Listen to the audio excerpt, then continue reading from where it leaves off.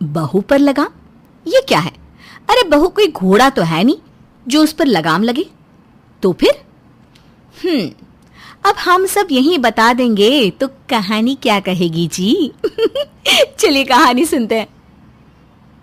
अरे बहू लाने वाली हो, लेकिन वो गलती ना कर देना जो मैंने करी। अरे मैंने तो बहू को बेटी समझने की गलती ही कर दी, और आज देखो कैसे सर पर चढ़कर नाच रही है। सही बोल रही है ये। अरे बहुओं को डे 1 से ऐसे रखो कि भाई तू आ गई है तो ठीक है, लेकिन यहाँ फैलने की जरूरत ना है, क्योंकि ये अपुन का एरिया है। क्यों? हाँ सही बोल रही है। ये बहुओं को प्यार से बात करो ना तो सर पर चढ़कर नाचती हैं। अब मेरी वाली को ही देख लो, बेटी माना था बेटी। तो ये कहानी है विमला की, जिसकी इकलौते बेटे की शादी होने वाली है। लेकिन शादी के पहले उसे कैसी कैसी सलाह मिल रही है, देख रहे हैं ना आप। विमला बहन सबकी सुन रही थी, लेकिन यहाँ तो सब समस्या ही डिस्कस कर रही हैं, समाधान की तो कोई बात ही नहीं कर रहा। तभी एक समझदार सी बुढ़िया आती है और कहती है, देखो बहू पर लगाम लगा कर रखना है तो सिर्फ एक ही तरीके से हो सकता है। सभी बुढ़िया की ओर उम्मीद से देखने लगते हैं कि अब मिल गया बहू पर लगाम लगाने का तरीका।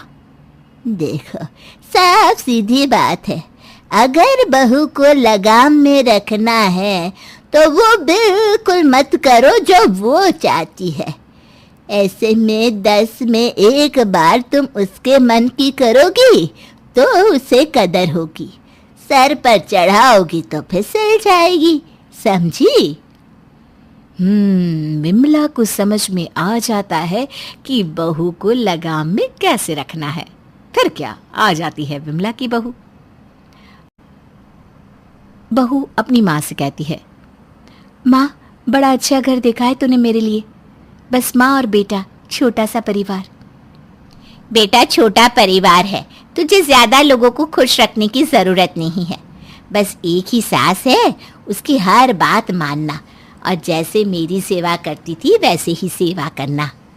हाँ माँ बिल्कुल, वो तो वैसे भी बहुत अच्छी लग रही हैं। पता है मुझे अपनी सबसे महंगी साड़ी और जेवर एक बार में दे दिए। माँ भी बेटी के संस्कार जानकर खुश होती है।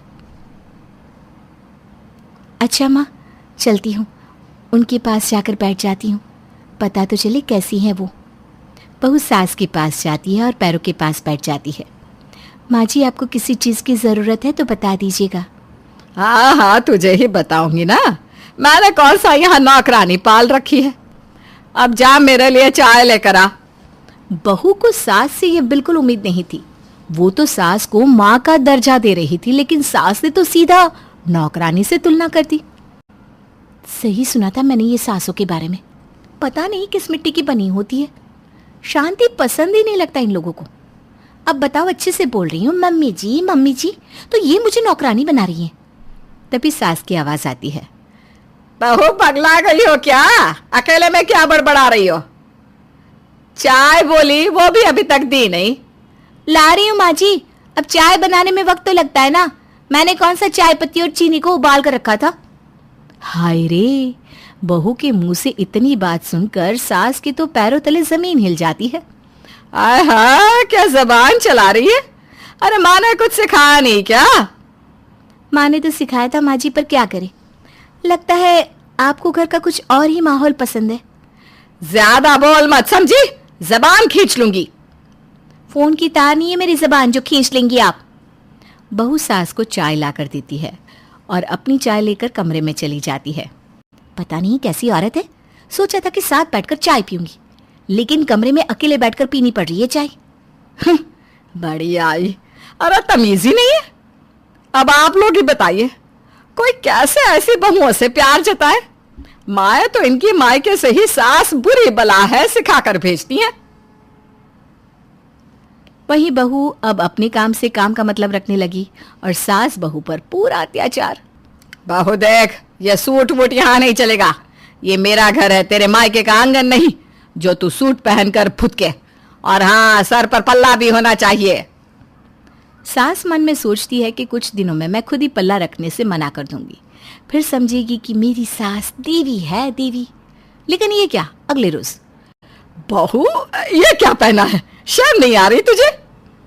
कैसे शर्म माँ जी, सारा तो ढका है। जींस का रंग ठीक नहीं लग रहा है क्या आपको? और ये टी शर्ट ज्यादा टाइट लग रही है क्या? बहू तुझे साड़ी पहनकर रहने को कहा था ना, तू तो पूरी नंगही पर उतर आई। सासू माँ, मैं कपड़ों से गिरी तो आप जबान से। गिरे तो हम दोनों ही हैं। बहू वहां से चली जाती है। सास के तो पानी सर से ऊपर चढ़ रहा था। वो सोच लेती है कि वो बेटे से बात करेगी कि ऐसा तो नहीं चलेगा। बेटा राजेश, देख तेरी बीवी बहुत मनमानी कर रही है, उसे बोल ये मेरा घर है, यहाँ ये सब नहीं चलेगा। माँ मैं भी तुझसे बात करना चाह रहा था। वो क्या है ना माँ, तू ऐसी तो नहीं थी, तुझे तो शौक था कि तू बहू को बेटी की तरह रखे, फिर क्या हो गया? बेटा और माँ बात कर रहे होते हैं कि पड़ोसन आ जाती है। विमला बहन, 2 रोटी खिला दो, सुबह से भूखी हूँ, बहू ने खाना ही नहीं बनाया। अरे रमा बहन, कैसी बहू है, सास को मारने पर तुली रहती है। रुको बहन, देती हूँ खाना। सास उठ रही होती है कि बहू आ जाती है। ये लीजिए रमा आंटी, खाना खाइए, और ये टिफिन, इसमें भी खाना है, मीरा को दे दीजिएगा। वाह जी वाह, बड़ी आई मीरा की फिक्र करने वाली। अरे मीरा बहू इतनी ही अच्छी होती तो रमा बहन को हम लोगों के घर खाना मांगने नहीं आना पड़ता। बड़ी आई मीरा के लिए खाना पैक करने वाली। एक रोटी तो सास को वो खिला नहीं सकती। और क्या बहन जी, सही बोल रही हो, लेकिन ये बहुओं का भी ना ग्रुप बना हुआ है, सब उसी में सास की बुराई करती रहती है और खुद की प्रशंसा। माँ जी, मीरा ने खाना क्यों नहीं बनाया, जरा ये बात भी तो रमा आंटी से पूछ लीजिए।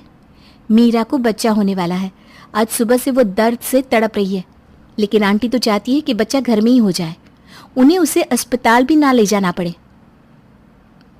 हाँ तो हमने 4 बच्चे पैदा किए हैं, वो भी घर में, समझी? डॉक्टर ना बन ज्यादा। और हाँ, दर्द में भी हमने अपनी सास को खाना दिया है। अब तो सास को पड़ोसन पर गुस्सा आ जाता है। अच्छा तो ये मामला है, बहू जा गाड़ी निकाल, मीरा को हम लेकर चलेंगे अस्पताल। अरे शर्म आनी चाहिए रमा, बहू दर्द से कांप रही है और तुम्हें रोटी खाने की पड़ी है। बहू निकाल गाड़ी। बहू को सास का ये रूप देखकर खुशी होती है। वो समझ जाती है कि सास में कमी नहीं है, कमी उन्हें सिखाने पढ़ाने वालों में है। लेकिन अब ऐसे लोगों से बहू कैसे निपटे? फिर अगले रोज, अरे विमला बहन, रमा बहन के साथ क्या कर दिया आप लोगों ने? तो उसका परिवार ही तोड़ दिया। पता है रमा बहन का बेटा उससे बात भी नहीं कर रहा, बोल रहा था कि आपने उसकी बहू को भड़का दिया। ये क्या हो गया? देखो बहन, बहू तो तुम्हारे घर में भी है, कल को कोई तुम्हारे साथ ऐसा करे तो बहुत गलत लगेगा ना तुम्हें। अरे कैसी बात कर रही हो, पता भी है बहू पेट से थी, पूरा समय था, लेकिन अस्पताल नहीं ले जा रही थी रमा उसे। अरे कल को बहू को कुछ हो जाता तो? जो भी था सास बहू का मामला था, तुम क्यों पड़ी बीच में? अब तुम्हारी बहू कुछ गलत करेगी तो ना आना समाज में मदद मांगने, हम नहीं करेंगे तुम्हारी कोई मदद। अरे कैसी बात कर रही हो बहन, हमने भी तो बच्चा पैदा किया है, और क्या हो जाता? ज्यादा से ज्यादा मर जाती तो दूसरे ब्याह लाता ना उसका बेटा, लेकिन तुमने ये ठीक नहीं किया। तभी बहू आ जाती है। वाह आंटी जी, क्या बात कही है, आपकी तो 3 बेटियां हैं ना, तीनों ही राज कर रही हैं ससुराल में। सुना सास को वृद्धाश्रम भेज दिया है और हमारे घर में आग लगाने आई हैं। माँ जी, आप ऐसे लोगों की बात ही ना सुनिए, हम हमारे घर में मिलकर रहेंगे तो बाहर वालों की अपने आप बोलती बंद हो जाएगी। बिल्कुल सही बहू, वैसे भी थोड़ी बहुत नोक झोंक तो हर घर में होती है। तू मेरी बहू नहीं बेटी है। अच्छा बहन जी, मुझे तो पता चल गया कि बहुओं को लगाम नहीं आजाद करने की जरूरत है, जिससे घर में शांति और प्यार बना रहे। आप कब समझ जाएंगी ये बात? अरे ओ नास पीटी, खाना बनाने को क्या और 365 दिन जाएंगे हैं? देखे मनमोहन जी, वर्षा बहू ने अब तक खाना नहीं बनाया। मैं तो कहती हूँ हमें अभी इसके प्रति और सख्त रवैया अपनाना होगा। अरे यह क्या, मैं कब से कुछ कह रही हूँ आपको, अरे घुस ही जाइए ना अब एक बार के लिए उस न्यूज़पेपर में। अब क्या कहूं, दिन भर तुम्हारा मुंह किसी नॉन स्टॉप टेप की तरह बजता ही रहता है, बजता ही रहता है, इसलिए अब मैं तुम्हारी बातों पर ध्यान ही नहीं देता। सासू माँ, ससुर जी, खाना बन गया है, आप दोनों हाथ मुंह धो लीजिए, मैं परोसती हूँ। इतना टाइम सो रही थी क्या रसोई में? अरे एक उबले हुए आलू को काटने के लिए भी तुझे 1 घंटा लगता है, कछुआ भी तुझसे ज्यादा तेज है। ओजस्विनी के 2 बेटे होते हैं, बड़ा बेटा विराज और छोटा बेटा आकर्ष। बड़े बेटे की शादी वर्षा से हुई होती है। ओजस्विनी पूरे घर में सब पर अपनी चलाती है और हर किसी को दबाव में रखती है। स्वभाव की भी बहुत कठोर होती हैं। ओजस्विनी के इस बर्ताव के कारण वर्षा ने अपनी इच्छाओं का बलिदान दे दिया था और हमेशा से ही वो अपनी सास की हाँ में हाँ मिलाते आई थी। वर्षा बहुत ही मासूम और सीधी सादी होती है, जिसका ओजस्विनी और भी जम के फायदा उठाती है। ओ 2 हंसों का जोड़ा, हैं? कहाँ चले तुम दोनों? माँ, वो आज वर्षा का जन्मदिन है ना, इसलिए उसे ज़रा बाजार ले जा रहा हूँ। अब घर पर तो आप मनाने देंगी नहीं। अच्छा, बहुत प्यार उमड़ रहा है अपनी बीवी पर, हैं? अरे इतना ध्यान इस कलमुही में देने से अच्छा अपने कारोबार में दे। और तू हीरोइन बन के लाल लिपस्टिक लगा के निकल पड़ी अपने पति परमेश्वर के संग, हैं? पता है ना, आज शाम को तुझे मेरे साथ बाजार जाना है। वहां मेरा सामान कौन पकड़ेगा? तू ही ना। और तू विराज, तुझे अगर बाहर जाकर खाना पीना घूमना है ना, तो चला जा अकेला, ऐसे मत ले जाया कर। वर्षा का मन बहुत उदास हो जाता है। ओजस्विनी उससे खूब काम कराती है और वर्षा काम करते वक्त खूब रोती है। थोड़े दिनों बाद छोटे बेटे आकाश की शादी रिम्पी से हो जाती है। रिम्पी के आते ही ओजस्विनी घर में और कठोरता से पेश आती है। और रिम्पी बहू, तुझे मैं पहले से ही समझा दे रही हूँ, इस घर की मालकिन मैं हूँ और इस घर में जो कुछ भी होगा, चाहे वो कितनी ही छोटी बात हो या बड़ी बात, उसका फैसला मैं लूंगी। और तुम दोनों बहुएं अपना अपना काम सही से करोगी तो फायदे में रहोगी। ठीक है सासू माँ, समझ गई। मैं आपको शिकायत का मौका ही नहीं दूंगी, लेकिन आप भी ना मुझ पर खामखा चिल्ला नहीं सकती फिर। रिम्पी समझ जाती है कि ओजस्विनी कितनी सख्त और कड़क स्वभाव की है। रिम्पी फिर भी वर्षा जितनी शांत नहीं होती, उस सास को सही जवाब देना जानती है। अब ओजस्विनी जैसे वर्षा के साथ पेश आती, वैसे ही नई नवेली बहू रिम्पी के साथ भी पेश आने लगती है। दोनों जेठानी देवरानी के बीच इतनी दोस्ती नहीं हो पाती क्योंकि ओजस्विनी उन्हें दिन भर काम में व्यस्त रखती हैं, जिस वजह से वो दोनों चैन से सांस तक नहीं ले पाती। ओजस्विनी अपने बेटों और पति को भी बस किसी न किसी काम में लगाती रहती और खुद आराम से रहती। फिर एक दिन वर्षा देखती है कि रिम्पी ने विराज से कुछ खाने के लिए मंगवाया है। ये लो रिम्पी, तुम्हें तो नुक्कड़ वाली कचौड़ियाँ खानी थी ना, खाओ अभी। एक्स्ट्रा चटनी भी लाई है जैसे तुमने कहा था। Thank you so so so much जेठ जी। मुझे कब से मन था इन कचौड़ियों को खाने का, फाइनली मैं इन्हें खा पाऊंगी। रिम्पी और विराज को इतना करीब आते देख वर्षा को बहुत गुस्सा आता है। ऐसे ही रिम्पी वर्षा का सीधापन देख उसका फायदा उठाते हुए कुछ न कुछ ऐसा करती ही रहती जिससे वर्षा और भी गुस्सा हो और उसके अंदर की शांत वर्षा एक गुस्सेल वर्षा में बदले। ऐसे ही एक रोज रसोई में दोनों काम कर रही होती है, तभी रिम्पी जानबूझकर वर्षा की साड़ी पर अचार डाल देती है और उसकी साड़ी खराब कर देती है, जिससे वर्षा गुस्से से तिलमिला उठती है। रिम्पी, जब से आई हो तब से देख रही हूँ, बस मेरे लिए सर दर्द बनती फिर रही हो, मुझे दुख दर्द और गुस्सा दे रही हो। तभी रिम्पी अचानक से वर्षा के गले लग जाती है और वर्षा को समझ में नहीं आता कि ये सब क्या चल रहा है। आई एम सॉरी दीदी, लेकिन मैंने आपको जानबूझकर परेशान किया ताकि आपके अंदर का शांत ज्वाला एक दिन ऐसे ही फटे कि बस तबाही हो जाए।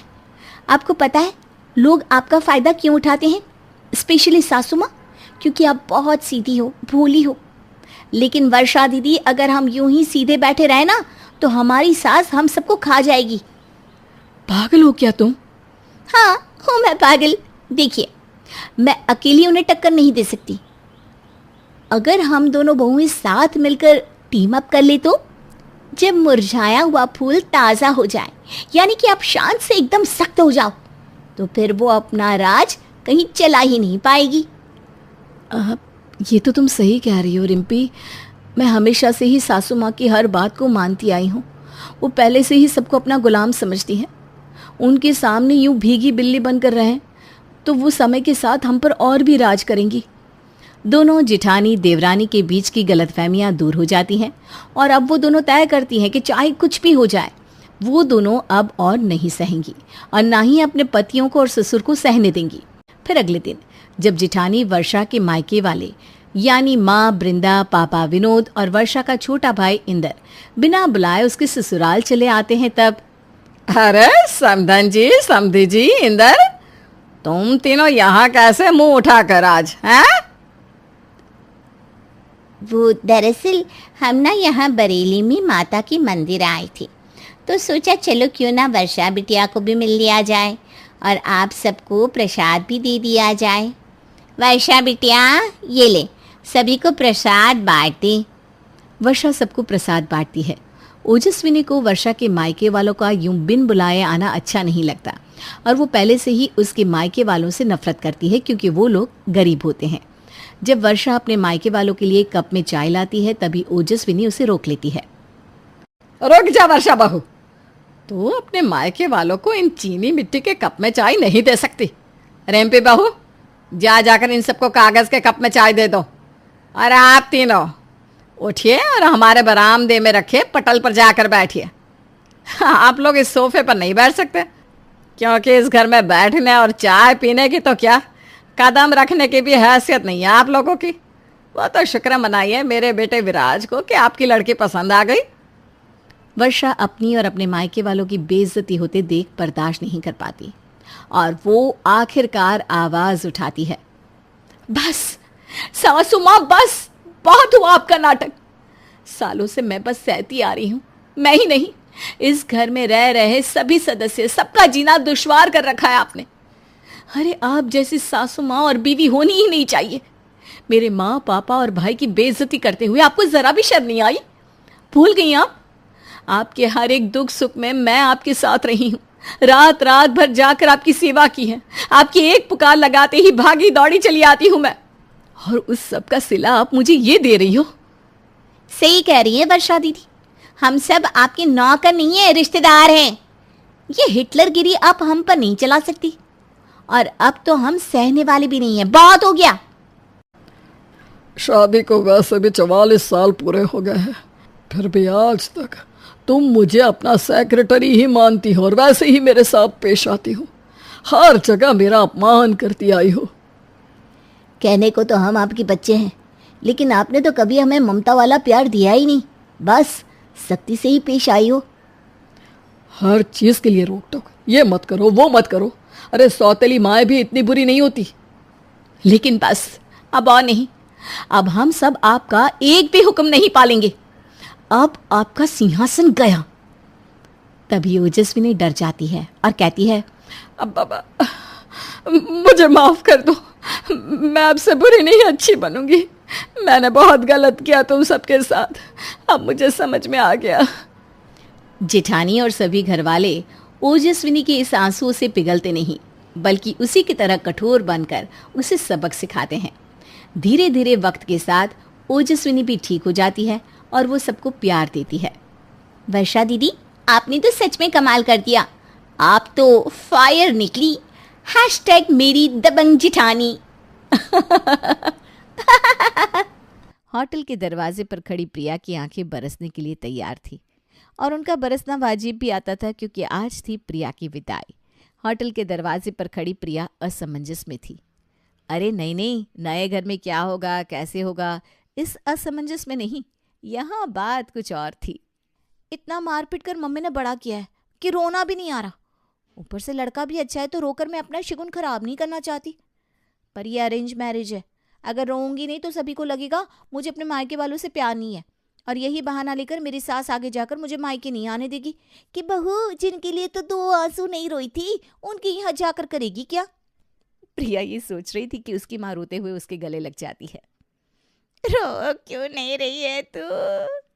अरे ये लव मैरिज नहीं है, अरेंज मैरिज हो रही है तेरी, जरा तो आंसू रो ले। वरना लोग क्या सोचेंगे, तेरे एक्स बॉयफ्रेंड ने तुझे धोखा दिया होता ना तो आज मुझे तुझे रोने पर मजबूर नहीं करना पड़ता बेटा। पर अब क्या करेगी, दस्तूर है, जरा सा रो ले। यहाँ छोड़, गाड़ी में बैठकर रो लेना। हाँ, प्रिया नजरें नीची कर अपने घर वालों के लगकर कार में जाकर बैठ जाती है और सभी को देखते ही रोने लगती है। दीदी। तभी प्रिया की छोटी बहन निशा खिड़की से अपनी बहन के गले लग जाती है। कैमरामैन फोटो ले रहा है, तुम रोती जा रही हो। पूरे 30,000 दिए पापा ने मेकअप आर्टिस्ट को, तब जाकर तुम्हारा मेकअप हुआ है।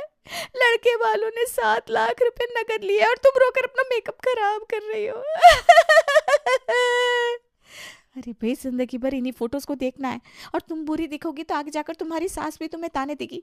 रो मत बहन, इन्हें जाकर रुलाना। अरे यार, ये तो हद है। अरेंज मैरिज नहीं होगी, कौन बनेगा करोड़पति का सवाल हो गया, जिसके चारों ऑप्शन सही लग रहे हैं। कोई कुछ और करने को कह रहा है, कोई कुछ और करने को कह रहा है और सभी का कहना सही भी लग रहा है। और कई सारी हिदायतों और नसीहतों के साथ रेणु अपनी बेटी को विदा करती है और विदा होकर प्रिया पहुंच जाती है उमा भवन। चलिए प्रिया जी अंदर। जी ऐसे अंदर नहीं जाते, मम्मी जी दरवाजे की चौखट पर कलश रखेंगी, उसे मैं पैर मारकर गिराऊंगी, तब जाकर अंदर जाऊंगी ना। और प्रिया की बातें सुनकर वहाँ खड़ी सारी औरतें जोर से हंसने लगती है।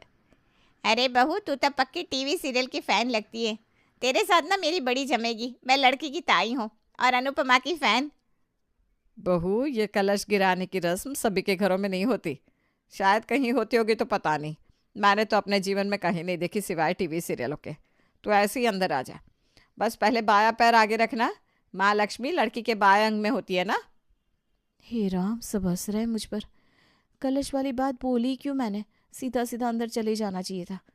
कितनी प्रैक्टिस करके आई थी कलश गिराने की, पर यहाँ तो वो रस्म ही नहीं होती है। एक तो नया घर, नए लोग, प्रिया किसी को कुछ कह नहीं सकती थी। वहीं खुद में ही खुद से बातें किए जा रही थी कि कुछ देर बाद उसकी ननद उसके पास आती है। और आपका कमरा भाभी, आज आपकी सुहाग रात है, जो मन हो भैया से मांग लीजिएगा। कहते हैं कि आज के दिन पति अपनी पत्नी को किसी चीज़ के लिए मना नहीं कर पाता। ये कहकर नेहा दूध का ग्लास बिस्तर के पास रखकर कमरे से बाहर चली जाती है। क्या मांगूं, मुझे तो फिलहाल भूख लग रही है, मन कर रहा है खाना मांग लूं। पर अगर ऐसे सुहाग रात पर खाना मांग लूंगी तो और नहीं लगेगा? ऑब्वियसली लगेगा। प्रिया ये सोचेंगे एक बार में ही ज़्यादा खुल रही है, ऊपर से ये पेट गुड़ किए जा रहा है, बाहर तक आवाज़ आ रही है। छी, कहीं प्रज्वल जी एम्बेरस ना हो जाए। गैस की गोली खा लेती हूँ, यही सही रहेगा। और प्रिया गैस की गोली खाकर धीरे से कमरे में रोमांटिक सॉन्ग बजा देती है और घूंघट ओढ़कर बिस्तर पर बैठ जाती है। और फिर आता है बाथरूम के बाहर प्रज्वल। हेलो। इजी मैं हूँ। आप यहीं थे? ओह हाँ, वो शादी का घर है ना, कोई भी किसी भी वॉशरूम को यूज़ कर लेता है, किसी को मना तो नहीं कर सकता था मैं। सो बाथरूम बड़ा गंदा पड़ा था, उसे ही क्लीन कर रहा था। मैं नहीं चाहता कि आपको गंदा वॉशरूम यूज़ करना पड़े। हे भगवान, ये अंदर वॉशरूम में ही थे? कहीं इन्होंने मेरी बातें तो नहीं सुन ली होगी। और आपको ये घूंघट लेकर बैठने की कोई ज़रूरत नहीं है, आप भी थक गई होंगी, आराम से सो जाइए। सो जाऊं? हाँ। अच्छा। और आराम से एसी को अपने हिसाब से सेट कर नाइट बल्ब ऑन करके प्रज्वल भी सो जाता है। ये लो, क्या सोचा था और क्या निकला। बेकार में मैंने म्यूजिक बजा दिया, चली गई ना इज्जत प्रज्वल के सामने। वो क्या सोच रहे होंगे कि मेरे दिमाग में यही सब चलता है क्या। बहन, तुझे क्या जरूरत थी रोमांटिक गाना बजाने की, शर्मा गया ना लड़का। प्रिया सोने की बहुत कोशिश करती है पर उसे नींद नहीं आती, क्योंकि उसे अंधेरे में सोने की आदत थी। अरे यार, ये तो हद है। मैं कहाँ हिरनी जैसी और ये कहाँ हाथी जैसा, उसके बाद भी इसे लाइट की ज़रूरत पड़ती है।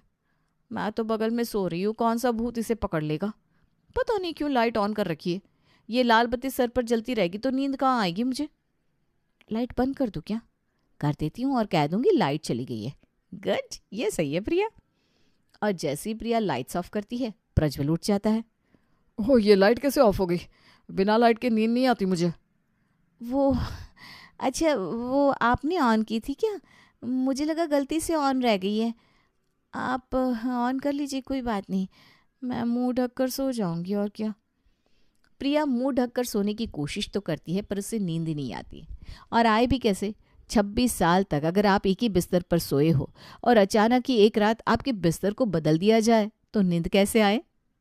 ऐसे तो मेरे सर में दर्द हो जाएगा। इतने भारी भरकम मोटे तकिए कौन यूज़ करता है? प्रज्वल ने तो सर के नीचे 2-2 तकिया लगा के रखा है, बाजू में एक एक तकिया, पैर के नीचे अलग तकिया। कितने अलग है हम। क्यों करनी थी मुझे अरेंज मैरिज? उफ, 3 तो यहीं बच गए, क्या करूं। सोफे वाला कुशन ले आती हूँ, वो इस मोटे तकिए से तो पतला ही होगा। और प्रिया अपने कमरे से बाहर हॉल में जाती है, जहाँ इत्तेफाक से उसे ताई जी देख लेती हैं। क्या बात है बहू, अपनी सुहाग रात में कमरे से बाहर आकर बैठी हुई है? सब ठीक तो है ना? कोई बात हो गई क्या? वो आजकल के बच्चों का समझ में नहीं आता, पहली मुलाकात में कोई लड़ कैसे सकता है? अरे नहीं नहीं ताई जी, आप गलत समझ रही हैं। वो क्या है ना, कमरे में मच्छर बहुत है तो मैं बस मॉर्टिन लेने आई थी। पर आप इतनी रात गए? अरे बेटा, वो शादी का खाना बड़ा भारी हो गया था, सीने में जलन मच रही है, इसीलिए सोचा ज़रा टहल लूँ। तो जा कमरे में जा, सुहाग रात में ना पति को ऐसे अकेला नहीं छोड़ते। और पति जो मुझे छोड़कर सो गया उसका क्या?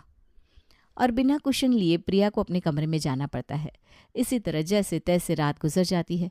ये घर तो प्रज्वल का था, इसके कोने कोने से वो वाकिफ था। अगली सुबह वो आराम से उठकर फ्रेश होकर हॉल में मेहमानों को ड्रॉप करने की तैयारी भी शुरू कर देता है। पर मुसीबत तो प्रिया के लिए आ गई थी। सत्यानाश, मैं तो अपना ब्रश लाना ही भूल गई। क्या ज़रूरत थी मुझे अरेंज मैरिज करने की? अगर उस दिन रोहन ने मुझे धोखा नहीं दिया होता ना, तो आज मुझे ये अरेंज मैरिज नहीं करनी पड़ती।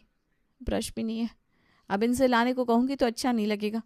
और घर की नई बहू सुबह उठते ही मार्केट चली जाए, ये भी ठीक नहीं लगता। उंगली से ही कर लेती हूँ ब्रश, मजबूरी का नाम महात्मा गांधी। प्रिया वॉशरूम में टूथपेस्ट लेने जाती है, पर वो टूथपेस्ट भी वो नहीं था जो प्रिया यूज़ करती थी। चिढ़कर प्रिया लगाती है अपनी मम्मी को कॉल। क्या अच्छी किस्मत फोड़ी है मम्मी तुमने मेरी। लाल दंत पंजन यूज़ करते हैं यहाँ सब, वो भी पाउडर। वो तो अच्छा है कि मैं अपना ब्रश लेकर नहीं आई, क्योंकि पाउडर के लिए ब्रश की क्या ज़रूरत। ये देख कर आए थे क्या तुम लोग? पापा को ढंग से पता तो करना चाहिए था। बस प्रॉपर्टी देख ली, रहन सहन तो देखते। हाँ, अब तो तू बोलेगी मम्मी इनका टॉयलेट इंडियन नहीं है वेस्टर्न है, तो क्या मैं बाथरूम खोल कर बैठ कर देखती क्या? अब मुझे क्या पता बेटा, ये लोग दूसरा पेस्ट यूज़ करते हैं और इन छोटी छोटी चीज़ों में ना एडजस्ट करना ही पड़ता है। छोटी छोटी चीज़ें, ये प्रॉब्लम कहाँ से तुम्हें छोटी लग रही है मम्मी? एक तो प्रज्वल लाइट्स ऑन करके सोते हैं, ऊपर से इतने मोटे तकिए इनके कमरों में, मेरी तो गर्दन अकड़ गई। पूरी रात मैं सो नहीं पाई। अभी ये सूजी हुई आंखों से मुंह दिखाई की रस्म करूंगी मैं। मेरा कमरा कितना प्यारा था, मुझे निशा से लड़ लड़ कर उसे बचा कर रखना पड़ता था। आज देखो चला गया ना हाथ से। ऊपर से रात से मुझे भूख लग रही है, इतनी चिड़न हो रही है, क्या करूं मैं? तो ब्रेकअप करने के बाद तुम्हें ही तो करनी थी ना अरेंज मैरिज। अब भुगतो दीदी, अब तो तुम्हारे कपड़े, तुम्हारी पूरी अलमारी, तुम्हारा बिस्तर सब मेरा हुआ। बेचारी प्रिया, अब तो शादी हो चुकी थी, अब तो उसके पास कोई ऑप्शन भी नहीं था। और ये सिर्फ प्रिया की प्रॉब्लम नहीं है, उस हर लड़की की है जिसे एक नए घर में जाना पड़ता है। इसी तरह नहा धोकर प्रिया तैयार होकर कमरे से बाहर आती है। आ गई बहू तू? अरे नेहा, अपनी भाभी को कुछ चाय वाय दे। थैंक गॉड किसी ने तो खाने की बात की। हाँ भाभी, मैं तो कब से कमरे से बाहर आने का वेट कर रही थी आपका। कॉफ़ी बना कर रखी है, अभी लेकर आती हूँ। आपको भी कॉफ़ी पसंद है? मुझे भी। नेहा एक बड़े से कॉफ़ी मग में अपनी भाभी के लिए कॉफ़ी लेकर आती है, जिसे देखकर फाइनली प्रिया को लगता है उसके ससुराल में कुछ तो है जो उसकी पसंद का है। और बताओ बेटा, रात को कोई दिक्कत तो नहीं हुई? नहीं मम्मी जी। अरे बिल्कुल हुई उमा, बेचारी को मच्छर काट रहे थे। मच्छर? पर मेरे कमरे में तो मच्छर है ही नहीं। अरे तू चुप कर, तुझे क्या पता, मोटी चमड़ी है तेरी। बहू को काटा होगा, तभी ने बेचारी मॉर्टिन ढूंढ रही थी। इसी तरह बातों बातों में 11 बज जाते हैं। तब जाकर आता है नाश्ता। 9 बजे खाने वाली लड़की को 11 बजे खाना मिल रहा है। अब क्या ही खाऊं मैं? भूख से पहले ही हेडेक शुरू हो चुका है। अब अगर एक दाना भी खाया तो वो तो बाहर ही निकल जाएगा। भाभी अब तो कुछ ले ही नहीं रही। अरे शर्म आ रही होगी बेटा, नए घर में सबसे ज़्यादा शर्म खाने में ही आती है, क्यों भाई? ऐसा क्या? पर आप तो पहले ही दिन से 6 रोटियां खा रही थी, वो भी बिना शर्माए। शर्मा तो मेरा भाई था। खैर बहू, तुम शर्माओ मत। मुझसे शर्मा रही हो तो मैं कमरे में जाकर खा लेता हूँ। अरे नहीं नहीं पापा जी, वो मुझे ना भूख नहीं लग रही। प्रिया के सर में तो बहुत ज़ोरों का दर्द चढ़ गया था, इसलिए सभी के खाने के बाद वो अपनी ननद के पास जाती है और उससे लेती है एक सर दर्द की टैबलेट और उस टैबलेट को खा लेती है। पर बदकिस्मती से कमरे के बाहर खड़ी उसकी ताई सास उसे दवाई खाता देख लेती है। बहू के घर वालों ने तो बताया था बहू को कोई बीमारी नहीं है, तो फिर ये किस चीज़ की दवाइयाँ लेती है। इसी तरह कुछ घंटे और बीतते हैं और बज जाते हैं दोपहर के 3। जैसे ही यहाँ घड़ी में 3 बजते हैं, वहाँ प्रिया की आंखों में नींद घुलने लगती है। यहाँ कोई दोपहर में सोता भी नहीं है। अब इनके चक्कर में मैं भी उठकर बैठी रहूंगी तो पक्का मेरी तबीयत खराब हो जाएगी। ऐसे में क्या ही मैं हनीमून की पैकिंग करूंगी, 1 घंटा सो ही जाती हूँ। और प्रिया हमेशा की तरह अपने दोपहर के सोने के वक्त पर एक नैप ले लेती है और फिर बजती है दरवाजे की घंटी। अरे लीला तू? हाँ मैं कुंभ नहाने चली गई थी, फिर बनारस अयोध्या ट्रिप करने में दिन निकल गए। बस अभी 5 मिनट पहले घर में घुसी हूँ और सीधा तेरे घर नई बहू को देखने आ गई। आज नई बहू की मुंह दिखाई थी ना, कहाँ है वो? अरे बहू तो अपने कमरे में सो रही है लीला। ऐसे कैसे सो रही है? ससुराल में पहले दिन तो सोने वाली लड़कियां भी जगी रहती हैं और बहू सो रही है। बहू के आने के 2 दिन तक मेहमानों का आना जाना लगा रहता है। इतनी तो आंखों की शर्म रखनी चाहिए थी बहू को। 2 दिन बाद तो फिर वो हनीमून निकल जाएगी, तब फिर कौन ही आएगा उससे मिलने। अरे नहीं नहीं लाली, वो बात नहीं। बहू के घर में सोते होंगे दोपहर को। अब हम नहीं सोते तो ज़रूरी थोड़ी ना है कि किसी के घर में दोपहर में सोने के नियम ना हो। और ये तो अच्छी बात है ना, बेचारी शादी की थकी हारी है। कल रात भी नींद आई होगी कि नहीं, किसे पता। नहीं नहीं उमा, लाली ठीक कह रही है। मुझे तो कोई और ही बात लग रही है। अभी कुछ देर पहले ना बहू दवाई खा रही थी और अभी सो रही है। क्या सुषमा, क्या बताया तूने? दवाई खा रही थी? अरे कहीं गर्भ निरोध की दवाई तो नहीं खा रही? आजकल की लड़कियां ना बच्चा चाहती नहीं है। हे राम, उमा जा देख, पहली रात का बच्चा अगर गिराने का बहू सोच रही है तो पाप लगेगा उसे। आप में से अगर कोई फ्लैट में रहता हो तो उसे ये बात अच्छी तरह पता होगी कि हॉल में अगर कोई बात करे तो कमरे में कितनी आसानी से आवाज़ चली जाती है। पड़ोसन लीला की आवाज़ को प्रिया के कानों में जाने से देर नहीं लगती और वो कमरे से बाहर आ जाती है। ऐसी कोई बात नहीं है आंटी जी, वो क्या है कि मेरे सर में दर्द हो रहा था तो मैंने सर दर्द की दवाई ली थी और दवाई को असर करने के लिए शरीर को रेस्ट मिलना बहुत ज़रूरी है, इसलिए मैंने सोचा 10 मिनट कमर सीधी कर लेती हूँ। मुझे कोई दिक्कत नहीं है मेहमानों से मिलने में। आप बैठिए, मैं अभी आपके लिए चाय लेकर आती हूँ। प्रिया बड़ी ही शालीनता से अपनी पड़ोसन के सामने इस बात को रखती है जिससे उसकी सास और ताई सास के मन से भी शक दूर हो जाए। पर प्रिया फिर भी खुश नहीं दिख रही थी। वो रसोई में जाती है। लगता है बहू ने हमारी बात सुन ली। तुझे इतने ज़ोर ज़ोर से बोलने की क्या ज़रूरत थी? लीला, बहू की आंखें नहीं देखी? मुझे तो लगा अभी रो पड़ेगी बेचारी। जैसे जैसे शाम ढलती जा रही थी, प्रिया का अकेलापन बढ़ता जा रहा था और फिर आती है उसके पास उमा और सुषमा। तो कुछ भूल नहीं रही है बहू? हाँ मम्मी जी, वो बड़ों के हाथ में लिफाफा रखने के लिए दिया था मम्मी ने, मैं देना भूल गई, मैं अभी लेकर आती हूँ।